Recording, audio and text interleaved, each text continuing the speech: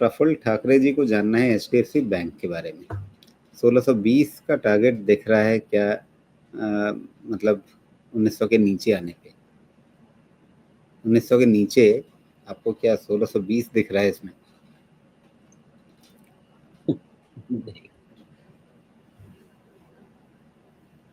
मुझे लगता है कि 1800 के पहले इसमें नीचे का इवैल्यूएशन नहीं करना चाहिए। क्यों? मैं अपनी चीज़ें समझाता हूँ प्रफुल्ल जी, बाकी आप उसमें थोड़ा अपना दिमाग लगाइए। क्यों? हाँ, बहुत लंबा हमारा डिस्कशन हो चुका है एचडीएफसी बैंक, कोटक बैंक ज़माने से हमारा डिस्कशन हो चुका है और हमने ये बात कही है कि आप जिस दिन ये बैंक सब चलेंगे, आप चाहेंगे भी तो भी आप खरीद नहीं पाएँगे, मन नहीं करता ना।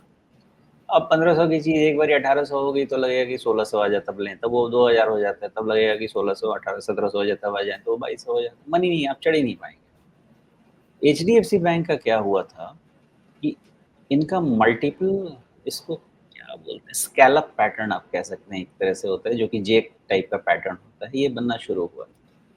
तो एक के ऊपर एक जे स्ट्रक्चर बनता है जिसको स्कैलप बोलते हैं। मुझे बहुत अच्छा लगता है ये पैटर्न, बहुत सुंदर होता है। यहाँ आपका गैप अप ओपनिंग हुआ अबव 1819.4। ये गैप अप हुआ था ऑन 15th ऑफ अप्रैल और उस गैप का लो बना था 1855। मैंने आई थिंक एक दो वाले पहले भी डिस्कशन हुआ था ना राजीव जी कि ये गैप फिल होना चाहिए।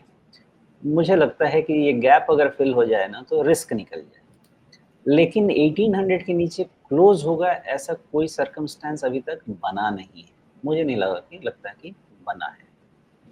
अगर 1800 के नीचे क्लोज होना शुरू हुआ तो भी मैं यही समझूंगा कि शायद 100 रुपए का एक डिविएशन, लेकिन पता नहीं क्यों मुझे वो क्या 1600 समथिंग कह रहे थे, वो नहीं दिख रहा, 1600 तो नहीं दिख रहा। अब क्यों नहीं दिख रहा मुझे नहीं पता, लेकिन उतना तो कोई सिचुएशन अभी नहीं दिख रहा। पहला तो मुझे नहीं लगता कि 1800 भी मुझे देखना चाहिए, उसके नीचे देखना चाहिए, वहाँ पे मैं कंफर्टेबल रहूँगा, बाकी वहाँ पे असेसमेंट करेंगे। जी, वैसे एचडीएफसी बैंक का जो रिजल्ट्स रहे वो कैसे लगे आपको? क्योंकि कितनी प्रॉफिट ग्रोथ इस बार 7% दिखी है ना? जी, लेकिन राजीव जी ये भी है ना कि अब तो हमारे प्राइवेट सेक्टर का सबसे बड़ा प्लेयर हो गया ना बैंकिंग में। मुझे इनके लिए अब उतना ग्रो करना बहुत पॉसिबल नहीं है, लेकिन फिर भी ग्रोथ तो मुझे ठीक लग रहा है 6-7% का। उससे ज़्यादा मेरा फोकस रहता है कि इनके एनपीएस कंट्रोल में रहे। अलबत्ता देखा जाए तो कोटक का एनपीए ज़्यादा बेटर है, शायद एक्सिस का भी इस पर अच्छा एनपीए इम्प्रूवमेंट दिया। एक्सिस का रिजल्ट बहुत खास नहीं है, लेकिन ठीक है, मेरा फोकस क्वालिटी पे रहता है। ये सब 0.4 के नीचे एनपीए वाले हैं, तो वो 0.5 के लिए क्या डिस्कशन भी करना मुझे ठीक नहीं लगता। तो मुझे लगता है ये सब इतने अच्छा एसेट मैनेजमेंट कर रहे हैं ना, एसेट क्वालिटी मैनेजमेंट कर रहे हैं कि अगर ये कम भी ग्रो करें तो इनको वैल्यूएशन प्रीमियम मिलेगा, ये चीज़ एसेट क्वालिटी के कारण। तो मुझे तो जी, ठीक लगा।